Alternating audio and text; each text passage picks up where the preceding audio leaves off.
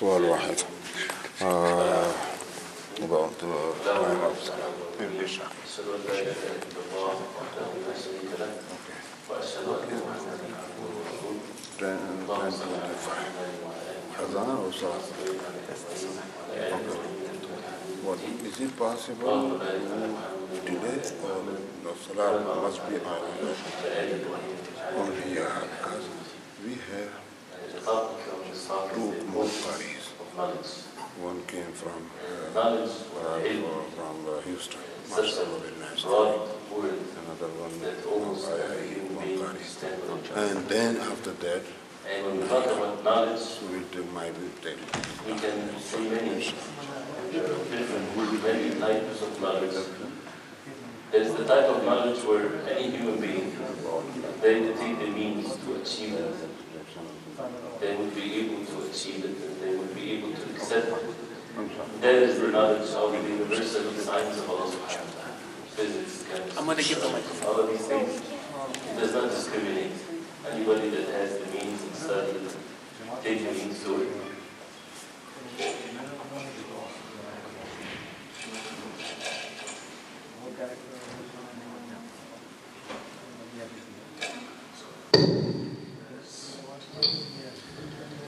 So this is not the type of knowledge that we are referring to. Since we are sitting in the masjid in the house of Allah subhanahu wa ta'ala, we refer to the more virtuous one, which is mandatory on every Muslim. The one that is mentioned in the Quran and in the Sunnah of the Prophet sallallahu alaihi wasallam. And if Allah subhanahu wa ta'ala revealed verses in the Quran about a matter, that means there is nothing more important and more beautiful in one's life than to get to know what Allah subhanahu wa ta'ala wants from us. So if Allah subhanahu wa ta'ala revealed verses in the Quran that talks about ilm, that means it's such an important thing. Why? Because we are nothing but servants and slaves of Allah subhanahu wa ta'ala. The wahy, the revelation from Allah subhanahu wa ta'ala, is to be exalted and to be respected. And it's the goal of the believers to wait, to listen to a verse of the Quran, to a hadith of the Prophet alayhi salatu wasalam, to get to know what Allah subhanahu wa ta'ala wants from us. There are many verses in the Quran that talks about the virtues of knowledge. Many hadith of the Prophet ﷺ, and if the only verse that talks about the virtues of knowledge and the importance of knowledge, and that is إِنَّمَا يَخْشَى اللَّهَ مِنْ عِبَادِهِ الْعُلَمَاءِ, that indeed, verily, those who fear Allah subhanahu wa ta'ala are the ulama, the knowledgeable ones, it would have been enough. It would be enough for us to take the matter very seriously, because the verse has something that gives the expression of al-ikhtisas, something that makes things very exclusive. إِنَّمَا يَخْشَى اللَّهَ. That means indeed, no doubt. Makes it exclusive that those who fear Allah subhanahu wa ta'ala are the ulama. And those who do not fear Allah subhanahu wa ta'ala is as a result of ignorance, which is the opposite of knowledge. And Allah subhanahu wa ta'ala elevated the levels of the people of knowledge. يرفع الله الذين آمنوا منكم والذين أوتوا العلم درجات.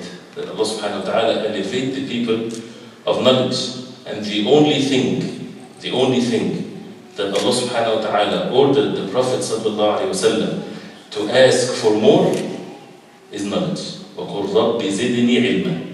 And say, O Muhammad sallallahu alayhi wa sallam, رَبِّ زِدْنِي عِلْمًا, O Allah, increase my knowledge. This is the only thing that Allah subhanahu wa ta'ala ordered the Prophet sallallahu alayhi wa sallam to increase from, and that is the ilm.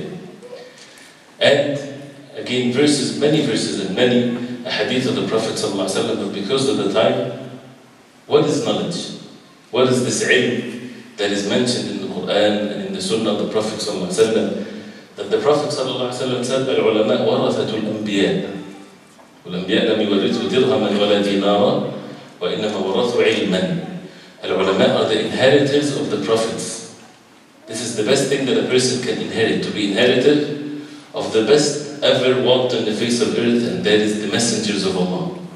So when a believer hears this from the Prophet ﷺ, the one that does not speak from desire and speak from revelation, that means definitely the heart should be attached. How can I be among those who are the inheritors of the prophets? Who are they? are the people of knowledge. And that's why this religion came to us. How did this religion came to us? Was the Quran and the Sunnah of the Prophet ﷺ discovered under the earth 100 years ago, for example, which somebody was digging in the ground and he found the Quran and some hadith and he says, let's read this and let's understand it and we'll be guided? Of course not. How this religion came to us? From one generation after the other, such a strong chain. Is it from the masses to the masses, or from the Prophet ﷺ to the knowledgeable among the companions of Allah, to the people of knowledge, to their students, and then they became knowledgeable people and scholars, and from one generation to the other, this is how this religion of Islam came to us. Not just information, but ilm with manners and upbringing and all that is good. And as it was mentioned, Imam al-Dhahabi rahimahullah, when he talked about Abi Dawood, the one of Sunnah, Abi Dawood, Sahib Sunnah, when he mentioned his biography, in his biography he said that he used to look alike. كان يشبه في هديه ودله وسمته بأحمد بن حنبل. He used to look alike or resemble in his manners, in his way, right? By Ahmad ibn Hanbal, meaning Imam Ahmad ibn Hanbal, his Shaykh.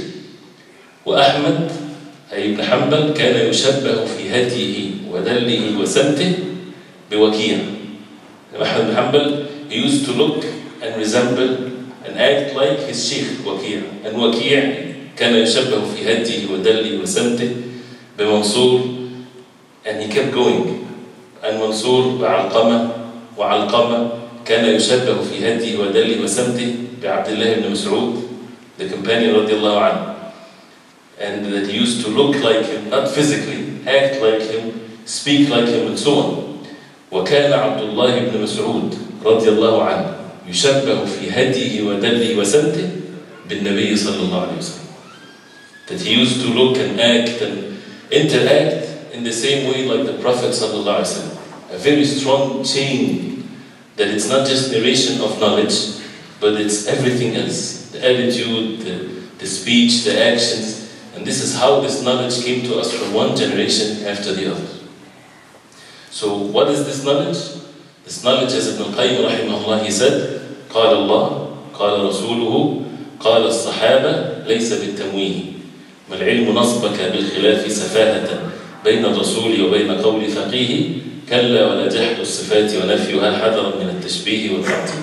Which the first line says that al-ilm is what Allah subhanahu wa ta'ala said, what the Prophet sallallahu alayhi wa sallam said, what the companions radiallahu anhum said.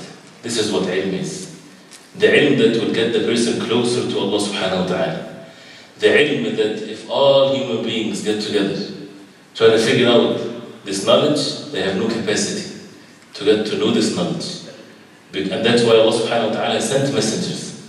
That's why Allah subhanahu wa ta'ala revealed the books. If people can figure out what is right and what is wrong, and what is halal and what is haram, and what is good and what is evil, and how to think and how to enter the Jannah of Allah subhanahu wa ta'ala, and how to be protected from the hellfire, then what's the point of sending messengers and revealing books? There are need of this revelation. This is the wahy. This is the ilm, the revelation from Allah subhanahu wa ta'ala, that sometimes come with things that people, if they see with their own eyes, they might not see the reality of it, but they need to be patient to see the outcome of this knowledge. And we heard earlier the story of Nuh alayhi salam. The wahy to Nuh alayhi salam was to build a ship in the desert. This is the ilm that was revealed to Nuh alayhi salam. The people saw that, the disbelievers, they were ridiculing him and making fun of him. Right? But this order from Allah subhanahu wa ta'ala, this ilm, was not for no reason, just for the mere reason, just for it to be an order. No, it has a wisdom behind it. And the outcome of it was seen on the face of earth, not just in the hereafter. So when the flood came, then they realized the importance of this knowledge that they didn't follow, that they didn't abide by. The same thing, for example, we see in the beginning of Surah Al-Qasas. Allah subhanahu wa ta'ala, when he talked about Fir'aun and how he was torturing the people of Bani Israel and so on. Allah subhanahu wa ta'ala says, وَنُرِيدُ أَن نَّمُنَّ عَلَى الَّذِينَ اسْتُضْعِفُوا فِي الْأَرْضِ وَنَجْعَلَهُمْ أَئِمَّةً وَنَجْعَلَهُمُ الْوَارِثِينَ. That Allah subhanahu wa ta'ala wants to bestow His bounty onto the oppressed on the land, Bani Israel, and that Allah subhanahu wa ta'ala will make them ai*imma, leaders, and so on. What was the first order in these verses? When the mother of Musa alayhi salam was afraid, she was afraid that her son will be killed by Fir'aun. وَأَوْحَيْنَا إِلَى أُمِّ مُوسَى أَنْ أَرْضِعِيهِ فَإِذَا خِفْتِ عَلَيْهِ فَأَلْقِيهِ فِي الْيَمِّ وَلَا تَخَافِي وَلَا تَحْزَنِي إِنَّا رَادُّوهُ إِلَيْكِ وَجَاعِلُوهُ مِنَ الْمُرْسَلِينَ.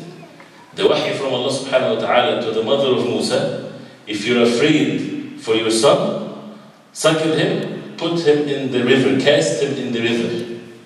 This is to the human beings, this is real death. Running away from maybe not a real death to real death, putting her son and cast him in the river. But this is the wahy from Allah subhanahu wa ta'ala, and this is the subject of the ilm, the wahy from Allah subhanahu wa ta'ala. Inna radduhu ilayki, then the promise of Allah, we shall return him back to you. And the verses go on, and how Allah subhanahu wa ta'ala, when He decrees something, then all the means become in place, in which those who are the foster mothers, they could not suckle Musa and so on. And then Allah subhanahu wa ta'ala says, فَرَدَدْنَاهُ إِلَىٰ أُمِّهِ كَيْ تَقَرَّ عَيْنُهَا وَلَا تَحْزَنَ وَلِتَعْلَمَ أَنَّ وَعْدَ اللَّهِ حَقٌّ وَلَكِنَّ أَكْثَرَهُمْ لَا يَعْلَمُونَ.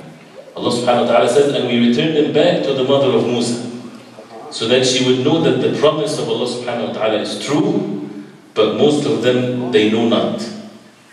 Allah subhanahu wa ta'ala was capable of making the matter less than this. But why this form of test? That in the beginning it doesn't make sense to the people for them to totally submit themselves to this knowledge. Right? And this is why the importance of knowledge is in such a way that we're supposed to submit ourselves to it. This religion is about submission. Islam is about submission. Submission to who? To Allah subhanahu wa ta'ala. What is the thing between us and Allah subhanahu wa ta'ala? Can a person on the face of earth see Allah subhanahu wa ta'ala? This is only for the believers in the Day of Judgment. Can anybody claim that Allah subhanahu wa ta'ala told them to do this or to do that?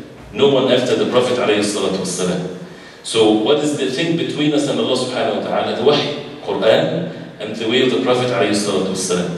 And Allah subhanahu wa ta'ala ordered us to submit totally, unconditionally to Allah subhanahu wa ta'ala. That means to submit to the thing between us and Allah subhanahu wa ta'ala, and that is the wahy, the Quran and the Sunnah of the Prophet alayhi salatu wasalam. Total submission.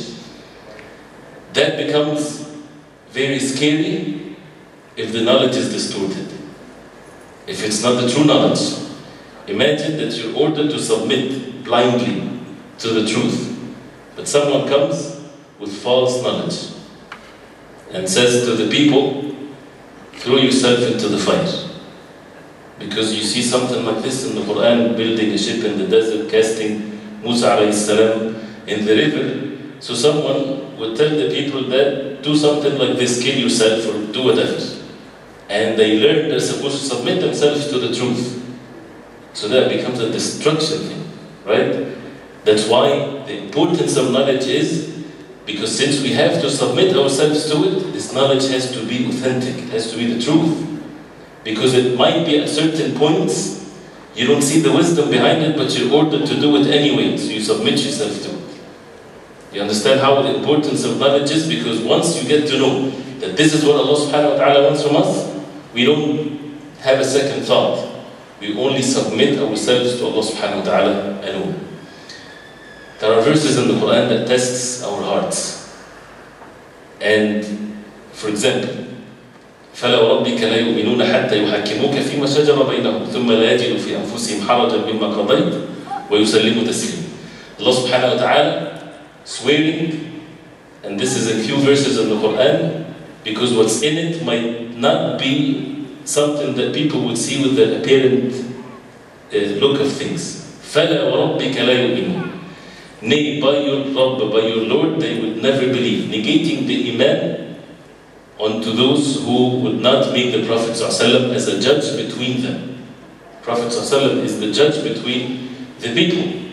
And it's not enough just to make the Prophet ﷺ as a judge between the people. ثُمَّ لَا يَجِدُوا فِي أَنفُسِهِمْ حَرَجًا مِمَّا قَضَيْتَ. And they don't find in themselves any haraj, any unease وَيُسَلِّمُ تَسْلِيمًا. Yusallimu, Islam, right? It's the same word. وَيُسَلِّمُ, meaning that they would submit, and not that, submit in total submission. That means there's no room for anything else but submission to the judgment of the Prophet ﷺ. This is clear, right? And then the next verse, وَلَوْ أَنَّ كَتَبَنَا عَلَيْهِ أَنْ يَقْتُلُوا أَنفُسَكُمْ أَوْ يَخْرُجُوا مِنْ دِيَارِكُمْ مَا فَعَلُوهُ إِلَّا قَلِيلٌ مِّنْهُمْ. Imagine, وَلَوْ, what's وَلَوْ means in Arabic? تفيد الامتناع, meaning if, then. If you do this, then. Right? So the ayah says, if we had ordained unto them that you kill yourself and abandon your dwellings, only few would do that. The Quran, we know this is the words of Allah. So this verse is for real. Are we ordered in the Quran to kill ourselves? Or to give up all of our wealth and our homes? We're ordered to the opposite of that. It's haram for a person to kill himself, correct? So what is this verse saying? Is it testing ourselves physically, that we are ordered to kill ourselves? No. It's testing our hearts. And it's meant to be this way. If the order from Allah subhanahu wa ta'ala was to kill yourself, would you do that? If. The answer should be, if this is from Allah subhanahu wa ta'ala, who are we? We are nothing but slaves of Allah subhanahu wa ta'ala. But it's the mercy of Allah that it's not the order from Allah subhanahu wa ta'ala. Imagine that in the religion of Islam, and again somebody can cut and paste from this and it makes us look very bad.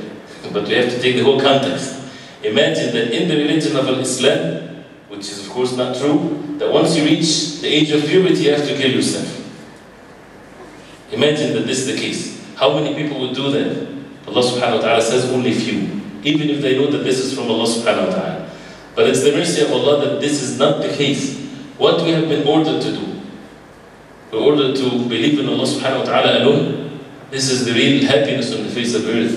It's the oneness of worship of Allah subhanahu wa ta'ala. What is more ease than this? Than the complexities of other beliefs that makes you disturbed all the time. فَلِوَاحِدٍ كُنْ وَاحِدًا فِي وَاحِدٍ أَعْنِ سَبِيلَ الْحَقِّ وَالْإِيمَانِ. What is more beautiful than this? That to Allah subhanahu wa ta'ala, to one, be one in one. Meaning, to Allah subhanahu wa ta'ala, the only one worthy of worship, be one, meaning in your ibadah, worship Him alone, turn to Him alone, ask Him alone, slaughter to Him alone. All of your ibadah to Allah subhanahu wa ta'ala alone. قُلْ إِنَّ صَلَاتِي وَنُسُكِي وَمَحْيَايَ وَمَمَاتِي لِلَّهِ رَبِّ الْعَالَمِينَ لَا شَرِيكَ لَهُ وَبِذَلِكَ أُمِرْتُ وَأَنَا أَوَّلُ الْمُسْلِمِينَ. Our life and our death and everything is for the sake of Allah subhanahu wa ta'ala alone, the creator of the heavens and earth. And in one path, and that is the path of the Prophet sallallahu alaihi wasallam. What is more ease than this? No complexities, that gives comfort in the heart. And what we have been ordered to do, to pray the 5 daily salah, alhamdulillah that it's not 50, although if it was 50, we have nothing to do but we submit ourselves to the orders of Allah subhanahu wa ta'ala. And we know that the salah was ordained first as 50 salah, the night of Al-Isra wal-Mi'raj. And the hadith is in Sahih al-Bukhari. Some people would say, why this was the case? That we get to see in the hadith that Allah subhanahu wa ta'ala ordered the Prophet first that the salah is 50 salah a day. And then when he went to Musa alayhi salam and going back and forth, then it became only 5 salah. And the Prophet sallallahu alayhi wa sallam said, خَمْسٌ فِي الْعَمَلْ خَمْسُونَ فِي الْأَجْرِ. 5 in action, but 50 in rewards. And this is the mercy of Allah subhanahu wa ta'ala. Imagine again, and this is testing our hearts, that it's 50 salah a day. Divided by 24 hours a day, that means every half an hour there's a salah. You come to the masjid, the adhan, sunnah, you make the salah, and then you make the dhikr after the salah. You're about to leave, it's the time for the next salah. And so on. Why this is mentioned in the hadith? Because this is the purpose of our life. This is the most important thing in our life. If Allah subhanahu wa ta'ala made it 5 out of His mercy subhanahu wa ta'ala, so as if our life is like this. The masjid is the place. This is the purpose of our life, but we have to go out to eat and drink and to have to fulfill the different acts of worship by having families and rights of others and buying and selling and have good manners and all these types of things, but we go out so that we can come back again for the next salah. And then we go out and come back again to our place. That's why one of the 7 people that will be under the shade of Allah subhanahu wa ta'ala in the day of judgment, وَرَجُلٌ قَلْبُهُ مُعَلَّقٌ فِي الْمَسَاجِدِ. A man, his heart is hanging in the masjid, like the lamp doesn't leave the masjid. His heart does not leave the masjid. It's attached to the masjid. He go out physically, but his heart is attached to the masjid. Can't wait till he come back. Right? And all of these words in the hadith is meant to test our hearts with this knowledge that Allah subhanahu wa ta'ala wants from us this submission. And those people, those who would test their hearts, they never would suffer from anything. And then the verse after that says, وَلَوْ أَنَّهُمْ فَعَلُوا مَا يُوعَظُونَ بِهِ لَكَانَ خَيْرًا لَهُمْ وَأَشَدَّ تَثْبِيتًا. With regard to the verse, if we have ordained unto them to kill themselves and so on. The next statement, if they would do what they have been ordered to do, it would have been better for them and better for their steadfastness. The ulama has two opinions or two tafsir to this statement. The first one, if the order was to kill yourself, it would have been better for you if you do it. Why? Because who is the one that is ordering? Allah subhanahu wa ta'ala. The second explanation is that if they would do what they have been ordered to do, which is nothing to do with killing oneself and abandoning one's wealth, and the zakah is only 2.5%, which is nothing, $25 for 1,000. This is the obligations, but still people would not do these obligations. To leave what is haram, which is evil, right, and so on. So if they would do what Allah subhanahu wa ta'ala ordered them to do, it would have been better for them. وَأَشَدَّ تَثْبِيتًا وَإِذَا لَآتَيْنَاهُمْ مِنْ لَدُنَّا أَجْرًا عَظِيمًا. And Allah subhanahu wa ta'ala will give them the best of the rewards.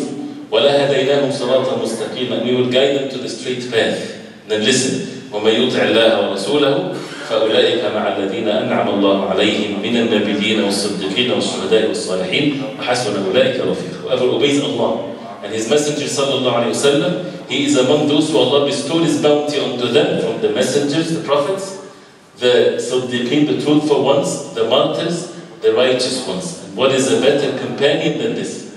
Does that remind us of something? This is part of the verse. It reminds us of Surah Al-Fatih. صراط الذين أنعمت عليهم. Those who you bestowed your favor unto them. Who are they? It's mentioned in this verse. The prophets, the truthful ones, the martyrs, the righteous ones. And if a person feels that the path is difficult, he's lonely in it, he doesn't see many people being steadfast on the straight path, the path of knowledge. This is related to knowledge, by the way. We're not talking about something else. It's the same subject. Because knowledge does not necessarily something that a person would know out of his own smartness and so on. Something that has to be referred to the revelation from Allah subhanahu wa ta'ala. So if a person sees himself that he is alone and not too many people on the same path, Allah subhanahu wa ta'ala gave them the comfort. Give us the comfort. وَحَسْبُنَا أُولَٰئِكَ رَفِيقًا. What is a better companion than this? If you feel that you are alone being steadfast on the truth, remember that the straight path, prophets had walked on it. The truthful ones, the martyrs, the righteous ones. So you would feel that you have this best company that would give you the comfort and the steadfastness and so on. So what is meant here, the importance of knowledge, it's knowledge that we won't necessarily get to know it by common sense. We need wahy, we need the revelation from Allah subhanahu wa ta'ala to learn this knowledge. And to add even, to stress another point, if you don't mind, with the same issue of testing the heart, there's a hadith of the Prophet ﷺ. This is in Sunan ibn Majah, it's an authentic hadith. 4 types of people will come in the day of judgment, yudluna bihujjah. They would come with an evidence, with an excuse in the day of judgment. 4 types of people. The first one is someone that was at the time of the Fatra, time when there's no prophets and messengers were sent. So he would say, "Oh Allah, the message didn't reach me." So he has a valid excuse. And the second person, someone that is deaf, doesn't hear. So he would say, "Oh Allah, I didn't hear anything." And the third person is someone that went insane. Someone that is not responsible for his actions. And he would say, "Oh Allah, all I remember is that the Sibya kanu yakhlifunani bil ba'ar." The young children used to throw me by the droppings of the animals. He was an insane person. Right? So he would have an excuse. Right? And Allah subhanahu wa ta'ala will tell them that this is their test. It's an authentic hadith. He would take the uhud and the nawathiq from them. He would take the covenants from them. That if he sent a messenger to them, they would obey him. That's in the day of judgment. which is as long as 50,000 years long, right? So they would give their covenants. And then the Prophet ﷺ said, the messenger will be sent to them, and whoever obeys him, he will enter Jannah. But the messenger will order them to throw themselves into the fire. Whoever obeys him, this fire is the Jannah of Allah subhanahu wa ta'ala. And whoever disobey him, he will be thrown into the fire. The question here, the reason I mentioned this hadith, these people in the Day of Judgment, the believers, those who obeyed that messenger, did they physically fell into the hellfire? Yes or no? No. So what was this test for? Was it testing them physically or testing their hearts? Testing their hearts. They did not enter the hellfire. But the test was for this total submission. And this has another resemblance to it. Some people, they take the religion of Allah subhanahu wa ta'ala wal-'iyadhu billah as if on the face of earth, as if it's going to the fire. That the religion is so difficult to some as if you're throwing yourself into the fire. And the same thing we said for this hadith, the same thing in this life. It's only for those who are looking at it from far away. They see the Muslims are having to do the 5 days salah, this is halal, this is haram. Life for them is like hell. That's how they see it from far away. But if they would come closer and taste it and be patient with it, they would see that this is the Jannah of this dunya. It is the Jannah of this world when the person's heart is attached to Allah subhanahu wa ta'ala. But it needs this test of the heart and the struggle and the patience, and then it becomes so joyful. You go to someone repentant to Allah subhanahu wa ta'ala and steadfast on the deen of Allah. You tell him, are you miserable? And if this person that telling him this is someone that is following his desires and sins and so on, this pious man would say, I feel bad for you. I'm very happy, but you're the one that is living a life of misery. Who will know best which is misery and which is happiness? He knows exactly how it means to follow our desires. If he's a man, he knows how it feels to be with women, for example. He knows how it feels to follow the desires, but he chose otherwise. And that's his joy. So he's the best person to know what is right and what is wrong. Anyway, so the importance of knowledge is because we have to submit ourselves to this knowledge.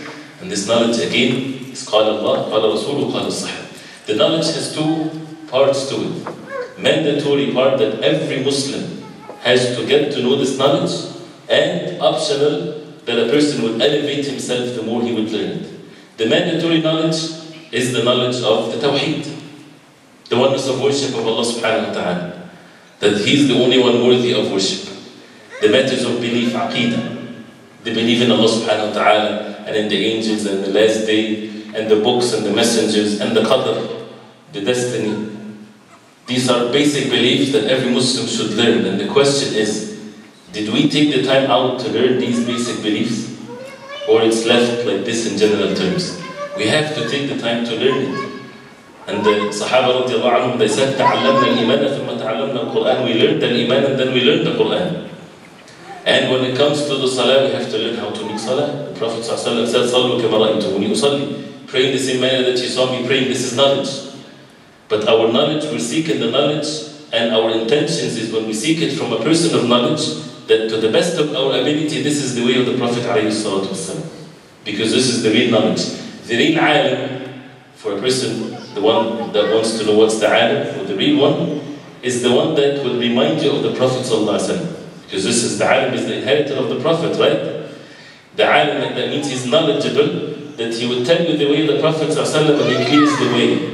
So that when you're making salah, when you're making ibadah, you're thinking about that this is to the best of my knowledge, this is the way of the Prophet ﷺ, even if there's differences of opinions. That you're not thinking about this alim or this person, you're thinking about the way of the Prophet ﷺ, not according to our own limited knowledge, of course, according to the people of knowledge, they would teach us this way, or that way. So, getting to know the different acts of worship. If a person has wealth, he has to know how to give zakah. If he doesn't have this knowledge, he should ask a person of knowledge. Allah subhanahu wa ta'ala says, فَاسْأَلُوا أَهْلَ الذِّكْرِ كُنْتُمْ لَا تَعْلَمُونَ. Ask the people of knowledge if you do not know. Is it permissible for a Muslim to know that he might be obligatory for him to pay zakat, and he doesn't ask the people of knowledge, and he doesn't want to learn the rulings of the zakat, and he lives like this, is that okay for him? Of course not. We're dealing with transactions, buying and selling. He has to know the rulings of buying and selling. Is there an excuse that he doesn't know that when he buys and sells he falls into haram? It's not an excuse. Imam al-Qurtubi rahimahullah, he said, if riba, the knowledge of riba transactions, is only for the ulama, right? That means nobody would fall into sins whatsoever. It's mandatory for every Muslim getting into some transactions is to ask the people of knowledge, or to have them to have the knowledge, not to fall into these haram things, like usury and so on. And in all of our affairs, how can a person get married without knowledge? Marriage is mentioned in the Quran, right? Do we get married like everybody else get married any place on the face of earth, or we have rules and regulations? We have wahy in it. So what is mentioned in the wahy? People get married, what are the rights of the husband, the rights of the wife? What is this relationship? Is it governed by desires? Or there's ilm in it? There's ilm, of course. There's the way of the Prophet ﷺ, and we submit ourselves. If the Prophet ﷺ ordered the wife to be obedient to her husband in ma'roof, in goodness, not in sins, and in things that is in her capacity, she says, I listen and I obey. Not because of the husband, but because this is the order of Allah subhanahu wa ta'ala. Yes, this is not just half of the story. The same thing for the husband when the Prophet ﷺ said, Istawsu bin nisa'i khayran, and advising to take care of the women, to take care of the women. And how was the life of the Prophet ﷺ towards his wives? Not to pick and choose in matters of the religion. This is knowledge. And so on and so forth. Any relationship we need to know. There are so many rights in our lives. What are the rights of our own selves? It's ilm. Do we get to know it by seeking knowledge in the park, for example? No, it's the wahy. Quran and Sunnah of the Prophet ﷺ. What are the rights of the husband, the rights of the wife, the rights of the mother, the rights of the father, the rights of the sons, daughters, the rights of the neighbor, the rights of the believers and the rights of the disbelievers, the rights of the enemies, right? Every variable in our life has rights, the rights of the environment, the rights of the animals. Where do we get to know that? By sitting together and deciding for ourselves? No, this is knowledge, wahy, Quran and Sunnah of the Prophet ﷺ. The problem that we are facing nowadays, where is this eagerness to get to know that? That means how are we getting married? How are we praying? And how are we believing? And how we are dealing with others? It's basically desires and not ilm. If we're not seeking this knowledge. Because Allah subhanahu wa ta'ala says, فَإِن لَمْ يَسْتَجِيبُوا لَكَ فَاعْلَمْ أَنَّمَا يَتَّبِعُونَ أَهْوَاءَهُمْ. Know for sure, for certainty, that if they do not respond to you, O Prophet of Allah, then know that they are following their desires. So as simple as this. Either we follow the ilm, the knowledge, or we're following our desires. There's no third category. It doesn't mean that we all become scholars again. Because the ayah says, فَاسْأَلُوا أَهْلَ الذِّكْرِ إِن كُنتُمْ لَا تَعْلَمُونَ. So we are in need of this knowledge in all of our affairs. Otherwise we will be following our desires. This is enough for us to take the matter seriously.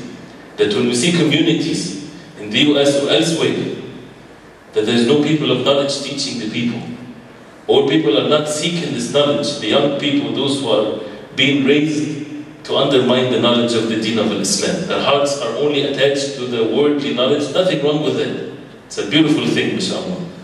But where is those who would give their time to learn the deen of Islam so that they would teach others? The best state that a person can be in is when you're righteous within yourself and you extend this benefit to others.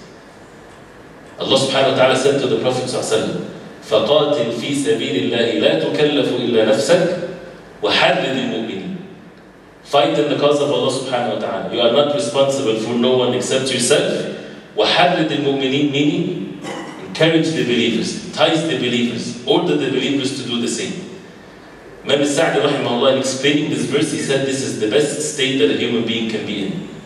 He's doing the deeds, and he's not responsible for no one but himself first. He's doing the best he can, even if people are not doing that. And he's not just satisfied with that, he would order others to do the same. He would call others to do the same. Of course, with knowledge. This is the best state that a person can be in. Allah subhanahu wa ta'ala says, وَمَنْ أَحْسَنُ قَوْلًا مِمَّنْ دَعَى إِلَى اللَّهِ وَعَمِلَ صَالِحًا وَقَالَ إِنَّنِي مِنَ الْمُسْلِمِينَ. Who is better than someone that called to Allah subhanahu wa ta'ala and did righteous good deeds and he said, I am among among the Muslims. You know what Al-Hasan al-Basri said about this verse? About this person that has these three qualities? He said, هذا حبيب الله, هذا ولي الله, هذا صفوة الله, هذا خيرة الله, أجاب الله في دعوته, ودعا الناس إلى ما أجاب الله فيه. That means this is the one that is loved by Allah subhanahu wa ta'ala. This is the best of the creation of Allah subhanahu wa ta'ala. This is the wali of Allah subhanahu wa ta'ala. He is someone that responded to the call from Allah, believed in Allah subhanahu wa ta'ala, and he called others to what Allah subhanahu wa ta'ala ordered him to do. And after that, he said, وَقَالَ إِنَّنِي مِنَ الْمُسْلِمِينَ هَذَا خَلِيفَةُ اللَّهِ. And he said among the Muslims. He's proud to be among the Muslims. He is the Khalifa of Allah subhanahu wa ta'ala. So our religion, since there's no messenger to come after the Prophet sallallahu alayhi wa sallam, is to be righteous and to extend this benefit to others with matters of da'wah. Da'wah without knowledge is calling people to ignorance. قُلْ هَذِهِ سَبِيلِي أَدْعُو إِلَى اللَّهِ عَلَى بَصِيرًا. This is my way, I call unto Allah subhanahu wa ta'ala clear vision. It doesn't mean that a person would stay and say, I will make da'wah until I become a scholar in the religion of Islam. No, anything that we give da'wah to, we have to have the knowledge of it. Every Muslim should know what La ilaha illallah Muhammadur Rasulullah means. And we take that and we go out and we give da'wah with this. Any knowledge that we have, but we make sure that it's the proper knowledge. And then we call others to this clear knowledge, the way of the Prophet ﷺ. And the path of that is by following the way of the Prophet ﷺ. سَلَكَ طَرِيقًا يَلْتَمِسُ بِهِ عِلْمًا سَهَّلَ اللَّهُ لَهُ طَرِيقًا إِلَى الْجَنَّةِ. Whoever seeks a path of knowledge, Allah subhanahu wa ta'ala will make the path to Jannah for such a person easy for him. The knowledge is to get to know Allah subhanahu wa ta'ala with His names and attributes, to elevate ourselves, and this is such an important thing, and we need to spend from our wealth even for those who will go and study and come back and benefit their communities and be source of light to others according to the way of the Prophet ﷺ. It's a long subject, and there's many points when it comes to matters of knowledge, many stories to be mentioned about the companions radiallahu anhum, about the early generations of Islam and how they gave from their life to learn the deen of Islam and for this benefit to be extended to others. Because of the time, I ask Allah subhanahu wa ta'ala that He accept our deeds and to make us among the knowledgeable ones. And if there is anything in the next 5 minutes, please go ahead, especially what's related to the topic, because it's such an important thing. If the benefit of this talk is that it makes it important in ourselves that we start a new life when it comes to the knowledge of the deen of Islam, it's a totally life-changing, because it increases the iman, it makes the person closer to Allah subhanahu wa ta'ala. We will apply this knowledge and seek help from Allah subhanahu wa ta'ala.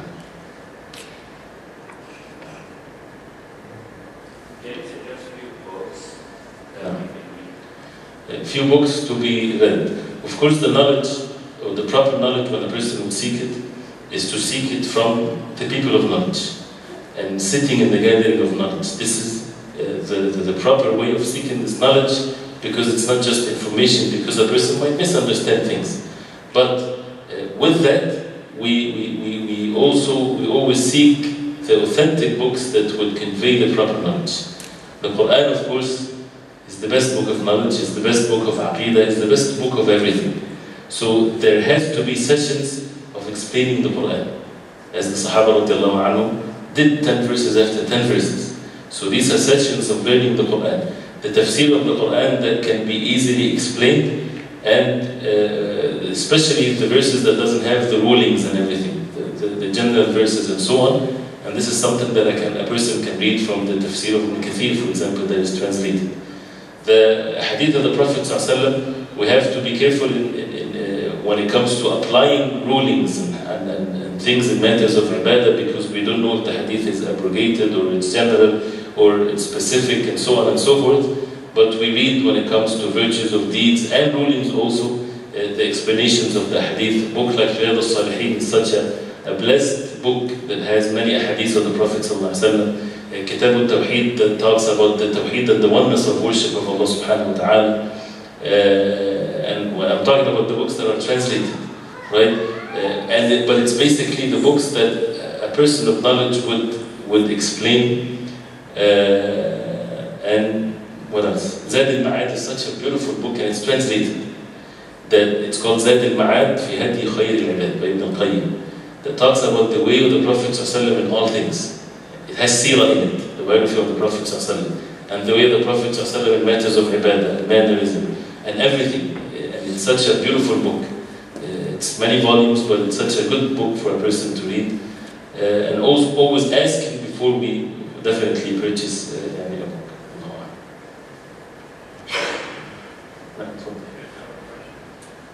In this today's world, there's a lot of information out there, with electronic media and everything else that's available.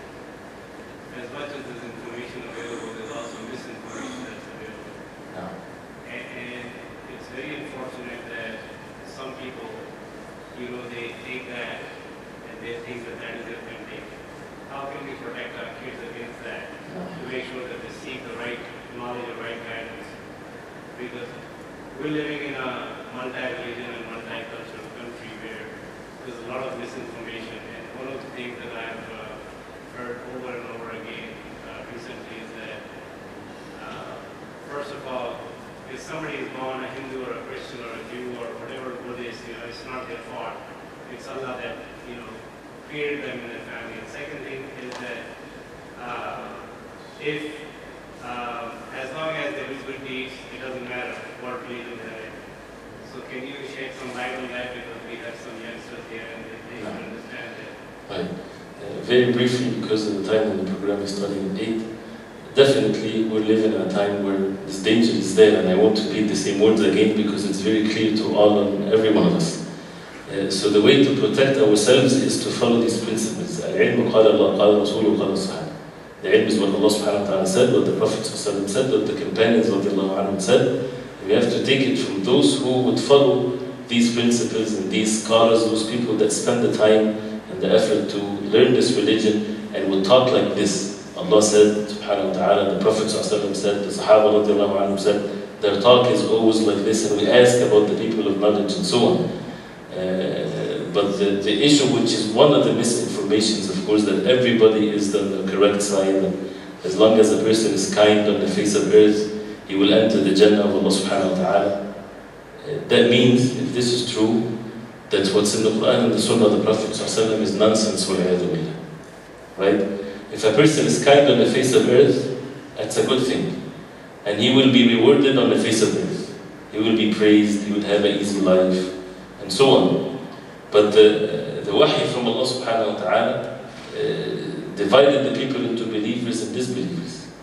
And it is so much, we don't see the injustice of someone Allah subhanahu wa ta'ala created, provides for, and bestowed His bounty onto him, and then he worship other than Allah subhanahu wa ta'ala. Right? If a person's, the message didn't reach him, it's a different story. But every human being, this matter should be very clear. And people have parables to make it very clear. If you go to, for example, McDonald's, for example, right? Regardless whether this is good or bad or not, I'm just saying the example. And you find the person working there wearing a t-shirt that says Burger King on it, right? Would that person would work there for a day? He will be fired because he's working for someone else, right? This is something that all human beings will agree that the example is very clear. So when you talk to someone, who is the one that created you? Allah subhanahu wa ta'ala. Who's the one that provides for you? Allah subhanahu wa ta'ala. Then worship Him alone.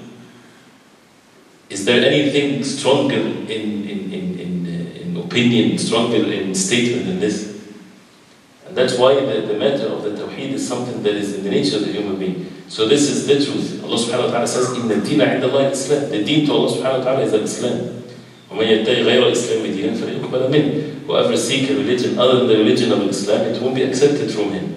What was the religion of Ibrahim alayhi salam? Abraham, peace be upon him. Musa, Isa.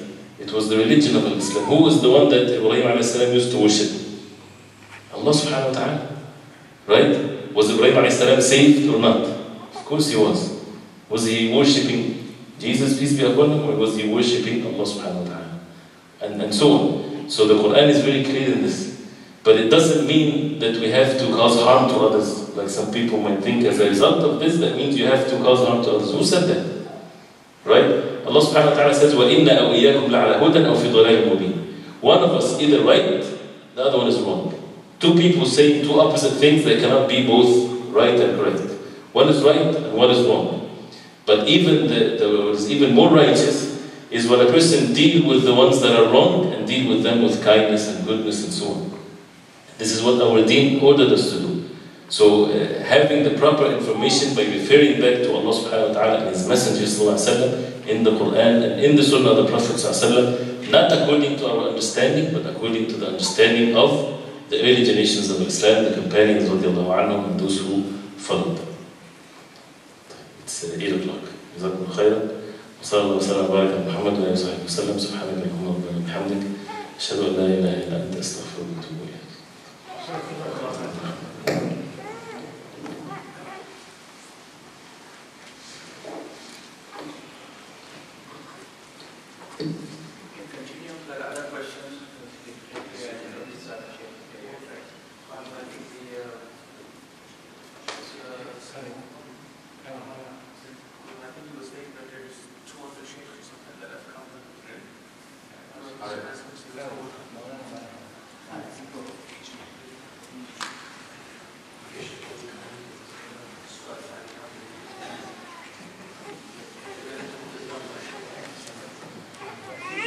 Is there any more questions till Shaykh comes? Sure.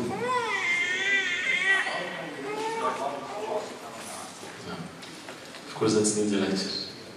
How can we reach the love of Allah subhanahu wa ta'ala? This is the topic that is by itself such a very beautiful topic actually. But to answer it very precisely without talking too much introduction to it, قُلْ إِن كُنْتُمْ تُحِبُّونَ اللَّهَ فَاتَّبِعُونِي يُحْبِبُكُمُ اللَّهُ. Allah subhanahu wa ta'ala says, say, Muhammad sallallahu alaihi wasallam, if you love Allah subhanahu wa ta'ala, follow me, Allah subhanahu wa ta'ala will love you. Right? And hopefully you will understand the statement properly. It doesn't really matter who do you love. What matters if this person on the other side loves you or not. Everybody claims that they love Allah subhanahu wa ta'ala. But what if Allah subhanahu wa ta'ala doesn't love them? Would that benefit them that they love Allah subhanahu wa ta'ala? Of course not. So what matters is that the person would love Allah subhanahu wa ta'ala and do the things that Allah subhanahu wa ta'ala would love him as a result of that. And there is only one path, that is to follow the way of the Prophet ﷺ, to read the Quran, the words of Allah subhanahu wa ta'ala. To one of these tests that we need to practice is that you would do what Allah subhanahu wa ta'ala loves, even if it's against your own desires. Allah loves for you, and it's the time for dhuhr is to pray dhuhr, not to do anything else. This is what Allah subhanahu wa ta'ala loves.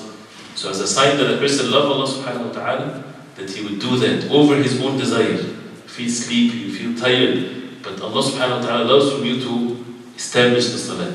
Allah subhanahu wa ta'ala loves from you that you would deal with others the way that you would like for them to treat you and deal with you. Right? So you would do that even if it's against yourself. It's something very difficult to oneself. We are greedy by nature. But we would do that because of the love of Allah subhanahu wa ta'ala.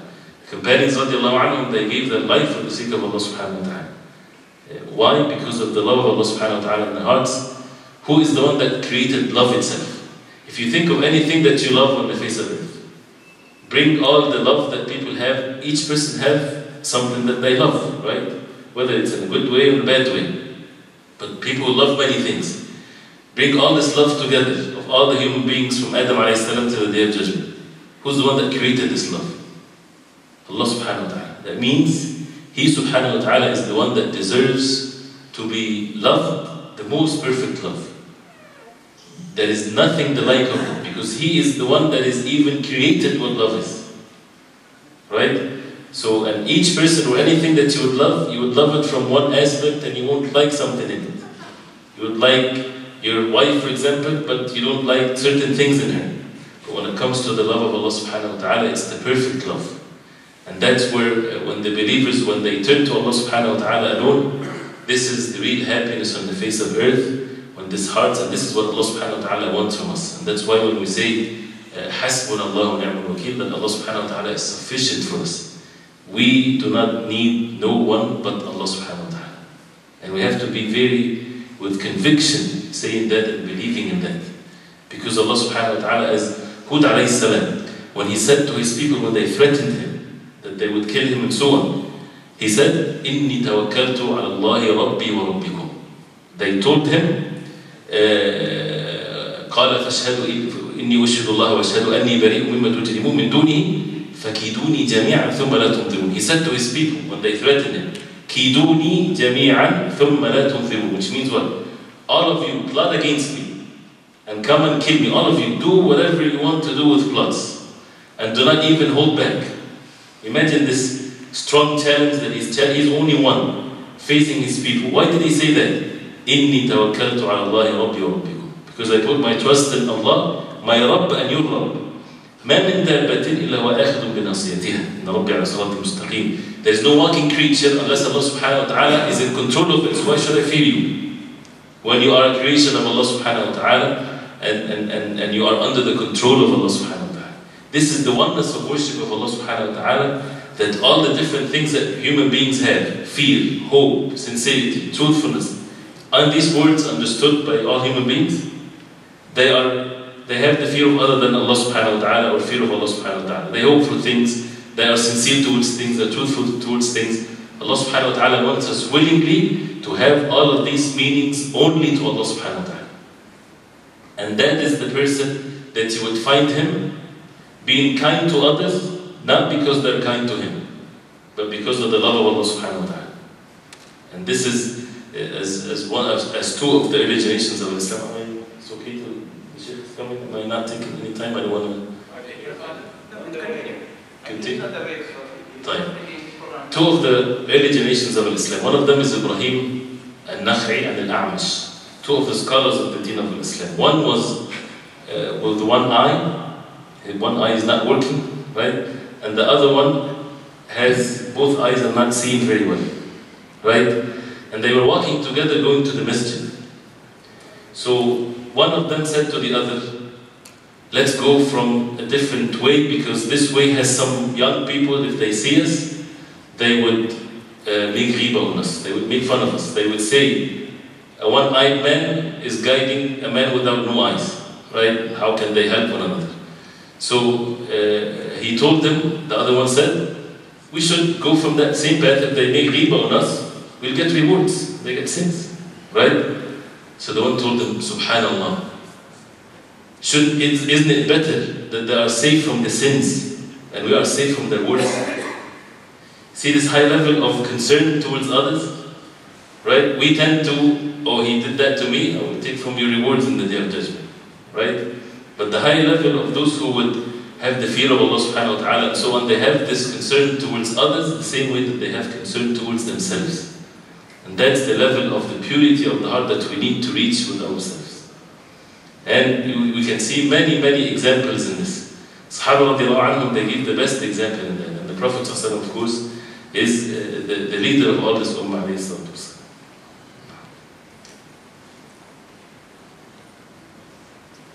else?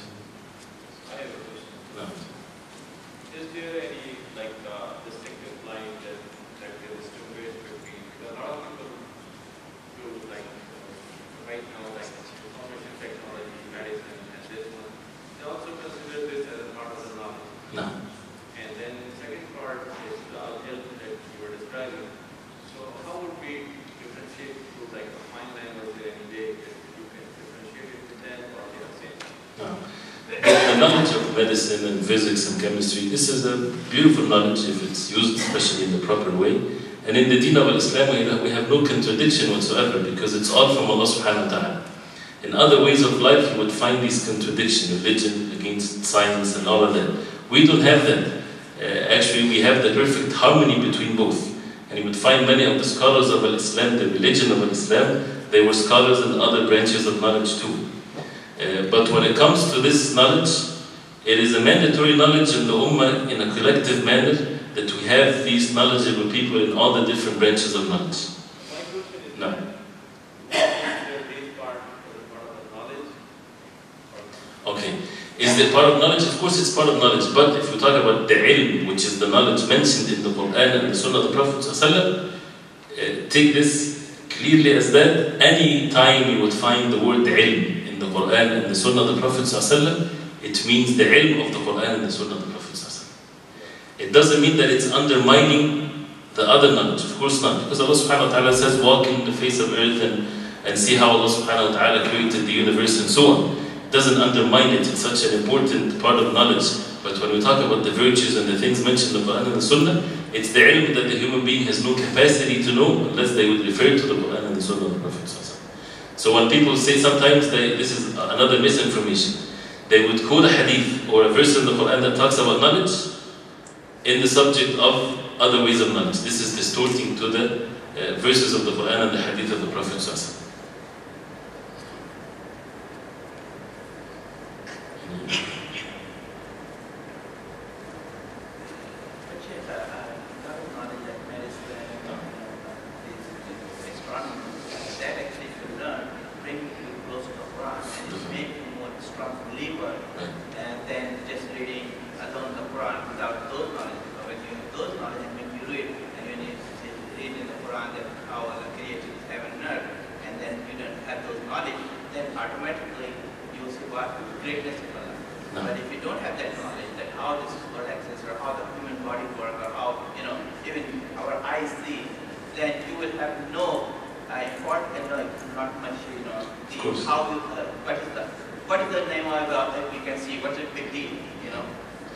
It's definitely it's an advantage. It cannot be. You cannot completely separate them. No. It's a part of the knowledge, but that's also Allah gave that knowledge to us. But at the same time, you would find a disbeliever having more knowledge than all of us when it comes to this worldly knowledge, and it doesn't drive them to Iman whatsoever. It makes them it makes them more disbelievers. I have a bachelor's in physics, and I remember the professors. They believe in a supernatural thing. They are not atheists. Because this knowledge that they have, it drives them strongly to believe in the creation that Allah subhanahu wa ta'ala is the creator. Right? They have this thing. But it does not, when you explain to them things, it doesn't mean that they would automatically find the truth. It's only for those who are believers or those who would be guided to the truth. It depends on how a person would use this knowledge. Sometimes this knowledge is using for the destruction of the human beings, for example. So the proper knowledge is the knowledge that will get the person closer to Allah subhanahu wa ta'ala. So to say it in a proper way, if this knowledge, any knowledge, medicine, physics, chemistry, anything, if this knowledge would get the person closer to Allah subhanahu wa ta'ala, it's such a virtuous thing. Right?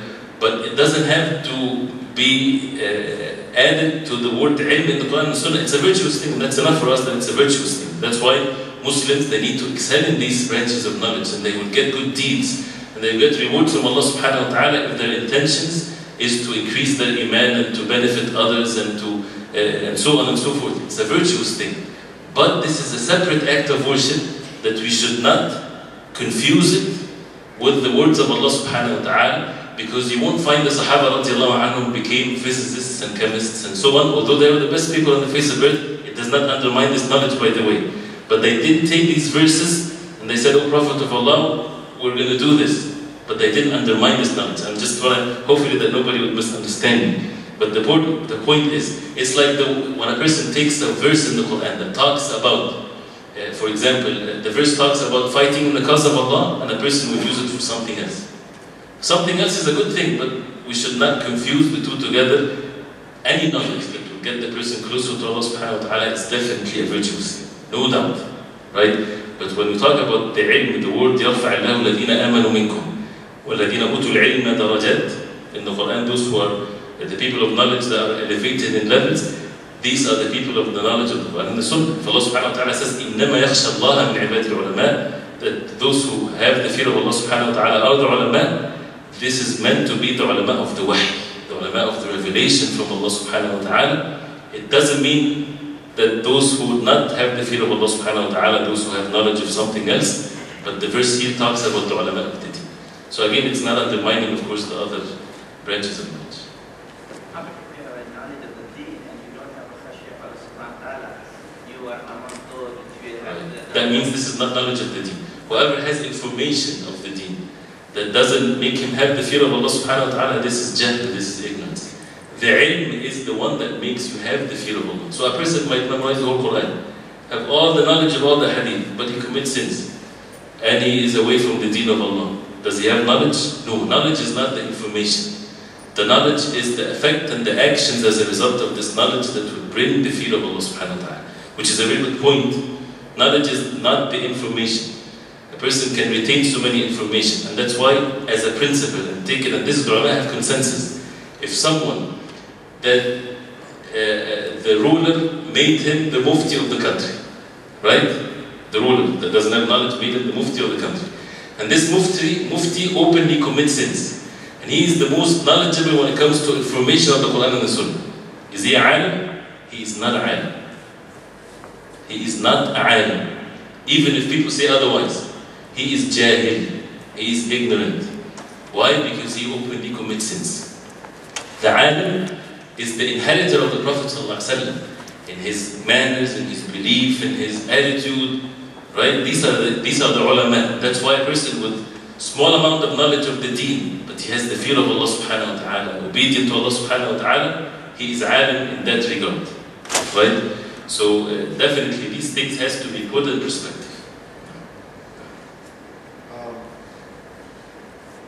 I'm not completely agree with you. Okay, that's good. Honest. No, mashallah, I like that. Mashallah. Okay. For somebody to know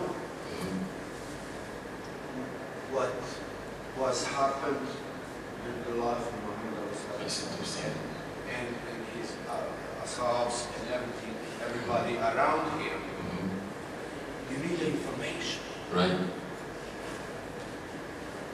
Listen, for somebody to know, Right. you need information. Right. How can you say that knowledge is not a group of information? I never said that. Well, I understood you that. No. So, No, I said knowledge is not information. not information alone. Oh. If a person gains information and he's a bad person, is he a knowledgeable person? No, he has information, but that did not give him the ilm that would make him fear Allah subhanahu wa ta'ala. But he has many information, mashallah, and he can be like a computer when he gets into the information. Information alone is not enough unless a person would act according to this information, and that's it. If he acts according to the knowledge that he has, this is what Allah subhanahu wa ta'ala wants from us. Otherwise, Allah condemned in the Quran Bani Israel when they had the knowledge, they didn't act according to the knowledge. So it's Jazakumullah khair for the clarification. I misunderstood you. No, Jazakumullah khair, it's good. Jazakumullah khair. Is it like that Iman without this way? Definitely. It's the Iman and the Amal Salih, the ilm and the action together.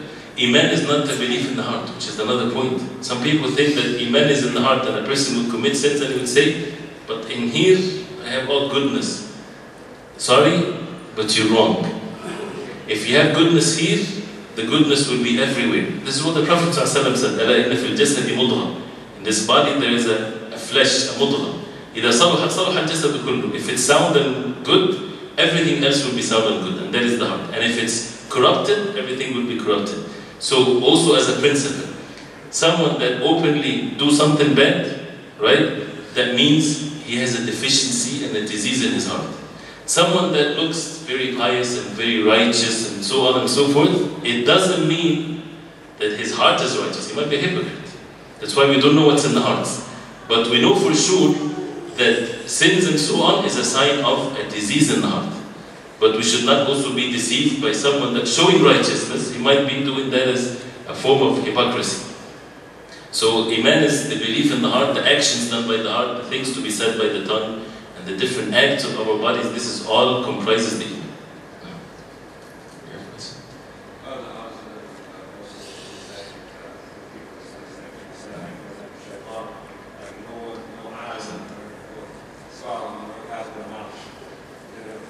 Right.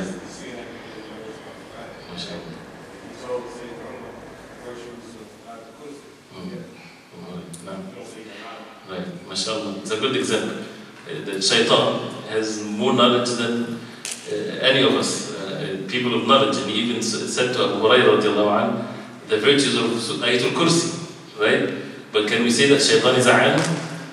Is such a knowledgeable thing? Alim is such a virtuous thing. He has information, yes.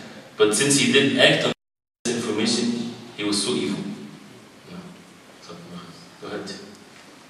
of goodness from the heart, what if the person is good but the people around him are bad? MashaAllah.